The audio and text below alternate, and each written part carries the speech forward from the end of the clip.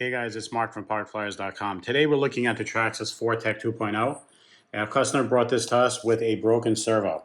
The broken servo that comes with the 4Tech is a 2075 brushed servo.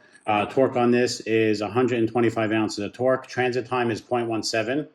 So it's not the fastest servo. It's also not the strongest because the internal gears are plastic. So the customer wanted something that's going to enhance performance without breaking the bank. So we told them that the Power Hobby PH209MG is the perfect servo for this car for a couple of reasons. The first thing is it has a transit time of 0.09 and the torque on it is 208 ounces of torque. So you got more torque and more steering speed. But that is not really the star of the show, even though those attributes are great.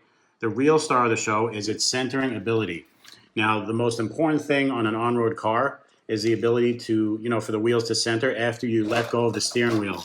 A lot of times on the Traxxas cars, you're like, especially with the 2075 servo, you're constantly fiddling with the trim bar to correct the steering. And that's not the case with the Power Hobby servo. So this is an amazing upgrade. You can't see the servo, it's in the car, but the servo is really amazing for that ability. And it's under 60 bucks. It doesn't break the bank.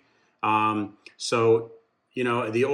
servo has a beautiful metal case on it, machined aluminum, so it's beautiful. Another cool feature of this servo is it comes with an aluminum 25 tooth servo arm. In this case, you don't use it. We're going to still utilize the Traxxas servo arm because it has a servo saver on it. We're going to keep that. We're just going to keep that on the car just to make it run more reliable. And the other thing that the customer wanted to do is he wanted to enhance the handling without spending a lot of money. So we had a really good idea for him, and that was using the wider hubs. Now, on the Traxxas 4Tech, it comes with black wheel hubs, and they're the thinner version of the Traxxas hubs. And Traxxas does make wider hubs. They use them on the Rustler two-wheel drive.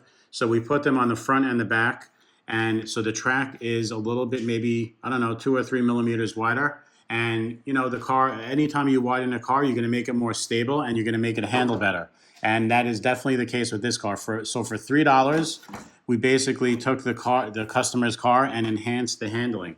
The second benefit is that on this Toyota Super Body that's made by Yokomo, by the way, a Japanese company, it also extends the wheels out and fills the wheel well much better, so it looks like a real car. A lot of people that buy these cars, the Super Turbos, in real life they use wheel spacers so that the wheel will align with the wheel well.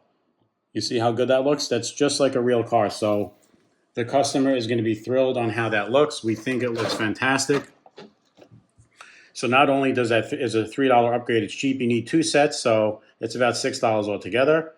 Together with the servo, you're under 60 bucks for a really, I would say the handling is probably going to be twice as good. It's going to be a lot more enjoyable. It's going to be much more nimble, the car. Again, it's going to center better. And overall, you're going to have a really good experience driving this car. In case anybody really appreciated the paint job on this car and the color, which I think is fantastic, it's Tamiya PS34. They really make amazing paints. And this red happens to pop right off this body. It's a beautiful red. Really, I don't really think I know of a better red. And Tamiya is known for their scale paints. They're just incredible. So I think the paint is like $10.99, really cheap and inexpensive. We used all the entire can for the body, and that's what we do recommend. Anytime you spray up a body, you want to put as many coats as you can because you don't want it to chip. Another upgrade we're going to be recommending to the customer is the front and rear sway bar kit. Right now, he doesn't have them on the car. For $24.95, Traxxas makes a really good sway bar kit. It comes with multiple weights of sway bars in the kit. And what we do is I set up mine with the thickest one in the back and the loosest one in the front. If you put something too thick in the front, you take away the steering and you really deaden the feel of the car. So again, if you do buy the sway bar kit, you want to put the thickest one in the back and the lightest one in the front, the thinnest one in the front. And the car tracks considerably better and it's a lot more stable. Now, I will admit to you, the sway bar is definitely better for a car that's brushless. When you go brushless, you definitely need the sway bars to keep the car under control. If you do it on the brush car, it's a slight improvement and it's definitely noticeable. The other cool thing that I'm going to suggest the customer to do is to put the rear locker in there. What that does is it gets rid of the differential and it locks the rears. And when you drive the car, it actually drives more like a drift car. So it's still four-wheel drive. You're still going to have that stability, but if you kind of yank the steering wheel to the left or right really quick while going at full speed, you'll be able to throw the back end of the car out and rotate the car and use that to steer the car in a really cool way. And you get to do some low-level drifting. I think it's really cool. If you guys race on a track and you're trying to get better lap times because you want to snake through the turns and the corners at a faster pace, then you would leave the differential in the back and you would actually put the locker in the front. And that would increase bite and pull in the front, and it would pull through the corners really good. It would deaden the steering up a little bit, but it definitely will make it drive faster in a track setting. So yeah, those are also cheap upgrades you can consider for your Fortec. The other upgrades you may want to consider are foam wheels and tires. I know they don't look as good as the rubbers, but foam definitely always hooks up better. It drives more balanced, the car, and it tracks like it's on, like there's glue stuck on the wheels. So there's a lot of companies on eBay you can buy that sell the wheels, the on-road foam wheels for this car, and it really drives great with those. We may do a follow-up video to this one to demonstrate, with driving impressions on all those upgrades that we mentioned. And if we do, it's going to be to the Super GT, the 3.0 that I have. That's my personal car. I'll probably go through that car with you and show you how each upgrade affects the car. And then we have a surprise video coming on how to get the most mile per hour on a brushed motor. We have a lot of tricks up our sleeve, and the goal is going to try to get to close to 40 miles an hour with a stock 12-turn motor.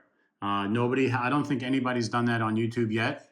And I think it's going to be quite interesting for us to pull that off. Anyway, we hope you stay tuned for stage 2 of the Fortec. And again, this is Mark from parkflyers.com signing off. Please leave us a thumbs up, share the video, and please, if you have any questions, do it in the comments below. We'd love to help you out. Again, we need your support. We can't keep making these videos without any support. So if I have Amazon links below, please use them. It helps us stay in business. It helps us make a little bit of money on the side. And that is much appreciated. All right, we'll see you on the next review. Have a great day.